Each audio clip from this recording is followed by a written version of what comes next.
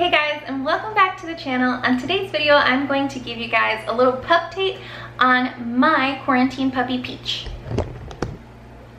Before we get this video started, don't forget to like and subscribe. We do have a goal of reaching 100,000 subscribers by the end of this year, so I would really appreciate if you guys to go ahead and share this video with your family or your friends, and subscribe if you haven't already.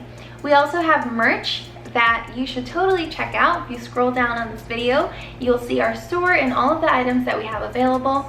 If you do get anything from our store, that goes into supporting our channel directly, so I'd appreciate if you guys do check that out. And lastly, don't forget to check out the courses over at Fenrir. I have used those courses for Peach and for Dante. They have helped me tremendously, so if you guys are interested in checking those out, the link is in the description box below. Without any further ado, let's get this video started. Peach is my quarantine puppy. I think that for many people, COVID was extremely unexpected, and it really threw a wrench in a lot of our plans and affected everybody's life. You know, I think that goes without saying, really.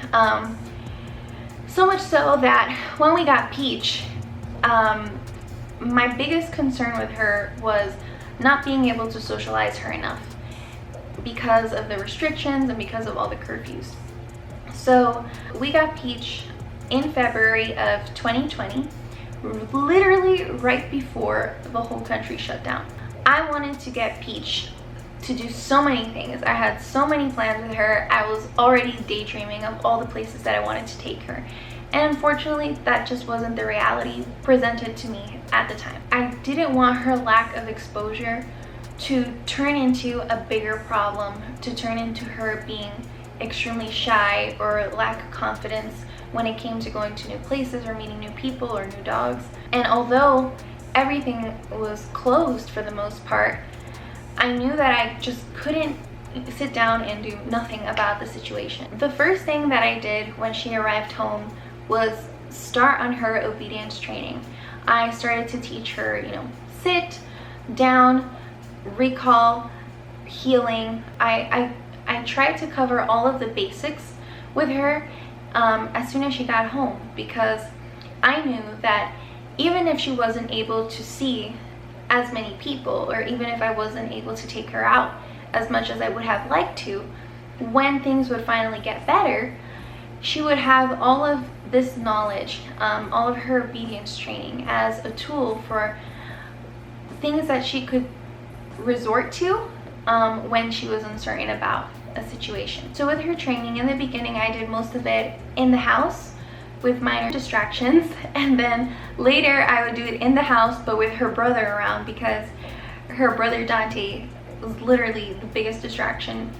She just adores Dante and she can't focus when he's around, so I started to bring him out when we were in the house practicing all of her stuff. And then later I took her outside where there were all these different scents and whatever, just in our backyard. And then once I saw that she was doing pretty good in our backyard, I started to take her around the block and so on. So I would just gradually increase distractions, and depending on how she did, I would either just work on staying in the place that we were currently in, or I would be like, okay, she's ready to take on the next steps. Secondly is that I made a huge effort to be able to expose her to society and the world around her as much as I could.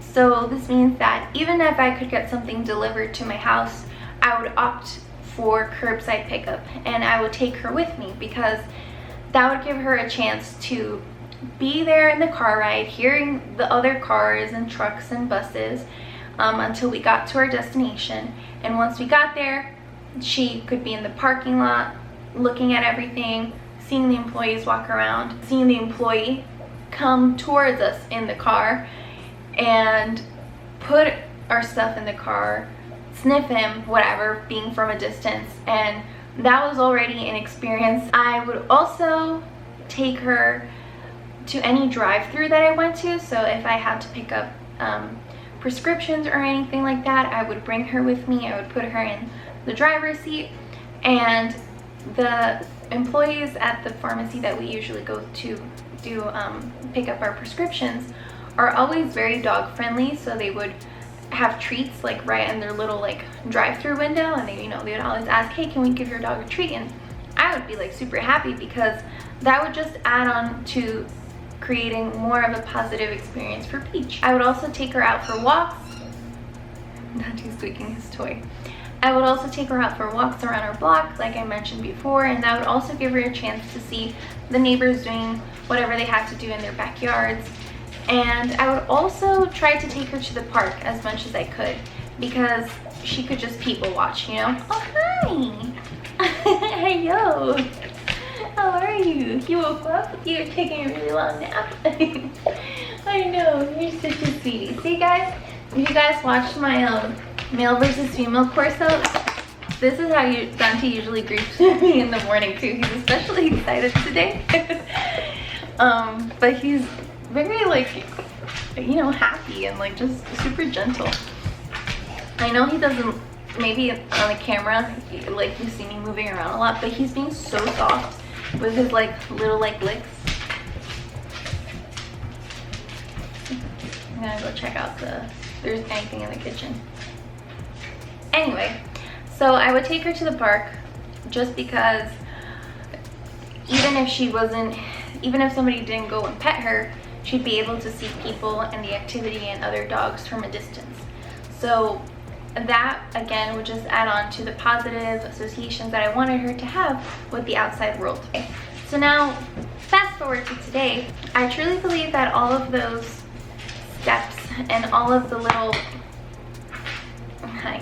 So I truly believe that all of those steps really helped her for present day, because once things started opening up again, it was really just a matter of helping her deal with even higher distractions, because she already knew all of her commands. Of course, there were times that maybe she was unsure about like a particular person, because she hadn't seen maybe a person that big before. But you know, it was really like the obedience training really did help her, because if she ever felt unsure, I'd just, you know, redirect her and be like, hey, come, sit, heel. And then, you know, if people wanted to pet her, I would allow it. And then she would learn like, oh, hey, like this isn't really as scary as I thought it was. Now, something that I've noticed that we have to work on, and I think that it may be because she is a quarantine puppy, is the fact that she gets extremely excited when she sees people giving her attention. It could be a mixture of things, you know, her personality or whatever, but I think that if she had had more exposure earlier on to people baby talking her, it wouldn't be as big of a deal as it is now for some reason. So that is something that we do have to work on. She gets very excited and she just wants to like jump, she wants to like go crazy. So that is something that I'm currently working on her with. Now that everything is basically, I don't know if I should say back to normal, but there aren't as many restrictions anymore or curfews. I know there are plenty more opportunities for us to be able to work on that stuff. So overall, I would say that I'm very happy with how Peach turned out and with all the progress that she's made given the circumstances that she was born in. And I think that she's doing great, and I'm really, really proud of her. Of course, there is always room for improvement, but I think that she's doing great. So yeah, I just wanted to give you guys an update about how it's been going with her, and I hope that you guys enjoyed this video. I hope that you found this helpful, and comment down below what you did to help your puppy get through quarantine, if that is something that you did go through. Thank you so much for supporting our channel as always, and see you guys later. Bye!